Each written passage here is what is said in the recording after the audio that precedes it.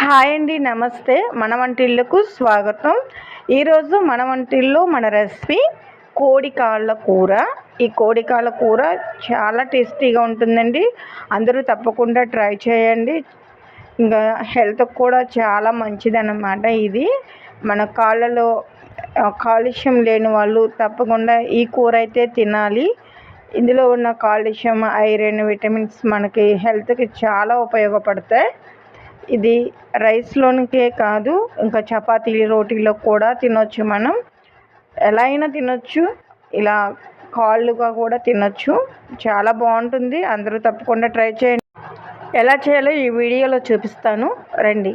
ముందుగా మనం కోడి కాళ్ళను తీసుకొని ఇది వేడి నీళ్ళలో వేసుకొని పైనున్న స్కిన్ అంతా తీసేసి దానికి కాళ్ళకున్న గోర్లు వరకు మనం కట్ చేసుకోవాలి. తర్వాత చన్నీళ్ళలో 2-3 సార్లు క్లీన్ చేసుకోవాలి. మామూలు వాటర్తో 2-3 టైమ్స్ శుభ్రంగా కడిగేసి క్లీన్ చేసి పక్కన పెట్టుకోవాలి. తర్వాత 2 టమాటాలు, 2 ఉల్లిపాయలు, ఒక 5-6 పచ్చిమిర్చి కట్ చేసి పక్కన పెట్టుకొని అల్లం వెల్లుల్లి పేస్ట్ కూడా మిక్సీ వేసుకోవాలి. తర్వాత స్టవ్ మీద ఒక గిన్నె పెట్టి దానికి ఆయిల్ వేసుకోవాలి. ఆయిల్ కొంచెం తక్కువే పడుతుందండి, ఎందుకంటే మనకి కాళ్ళలో సౌరు వస్తుంది కాబట్టి. తర్వాత 2 దాల్చిన చెక్కలు, 4 లవంగముక్కలు, 2 బిర్యానీ ఆకులు వేసుకొని ఫ్రై చేసుకొని మనం కట్ చేసి పక్కన పెట్టుకున్న ఆనియన్స్ కూడా వేసేసుకొని ఫ్రై చేసుకోవాలి. ఆనియన్స్ ఫ్రై అయిన తర్వాత అల్లం వెల్లుల్లి పేస్ట్ కూడా వేసుకోవాలి. అల్లం వెల్లుల్లి పేస్ట్ పచ్చివాసన పోయే వరకు వేపుకోవాలి.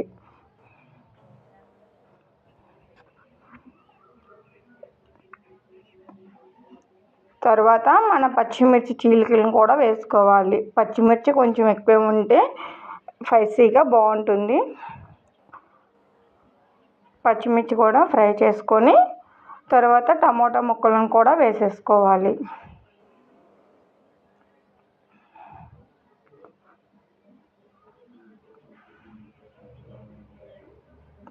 టమాటా ముక్కలను కూడా మనం ఫ్రై చేసుకొని ఇప్పుడు కాళ్ళను కూడా వేసేసుకొని ఒకసారి దీన్ని ఇందులో కలిసేలాగా కలుపుకోవాలి.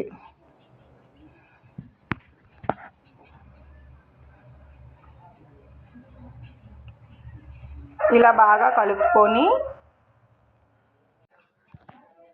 ఇప్పుడు మన కూరకు సరిపడినంత ఉప్పు వేసుకోవాలి. తర్వాత ఒక 1/2 స్పూన్ పసుపు వేసుకోవాలి.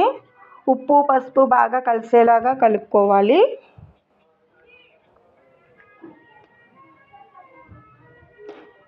ఇలా బాగా కలిసేలాగా కలుపుకొని మూత పెట్టేసి ఒక 50 మినిట్స్ కుక్ చేసుకోవాలి. ఇప్పుడు 50 మినిట్స్ తర్వాత చూద్దాం. ఇందులో వచ్చిన వాటర్ అంతా ఎగిరిపోయి చూసారా, ఆయిల్ అనేది స్ప్రెడ్ అయ్యింది. ఇప్పుడు ఆయిల్ ఇలా సపరేట్ అయిన తర్వాత మనం దీనికి ఇప్పుడు కారం వేసుకుందాం. మనం తినే కారాన్ని బట్టి కారం వేసుకోవాలి. అయితే కొంచెం కారం ఎక్కువే ఉండాలి కాబట్టి నేను 3 స్పూన్స్ వేసాను. తర్వాత ధనియాల పొడి 1 స్పూన్, గరం మసాలా కూడా వేసుకోవాలి. 1/2 స్పూన్ గరం మసాలా వేసేసుకొని బాగా కలుపుకోవాలి.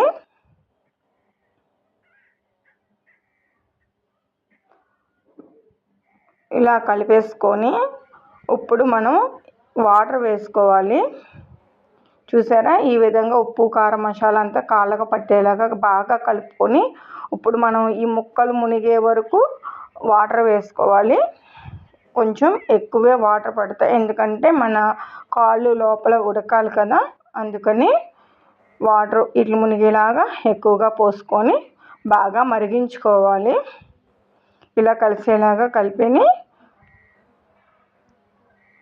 చూసారా, ఇలాగ ఇప్పుడు దీన్ని మూత పెట్టేసి మళ్ళీ ఒక 50 మినిట్స్ బాగా మరగపెట్టుకోవాలి.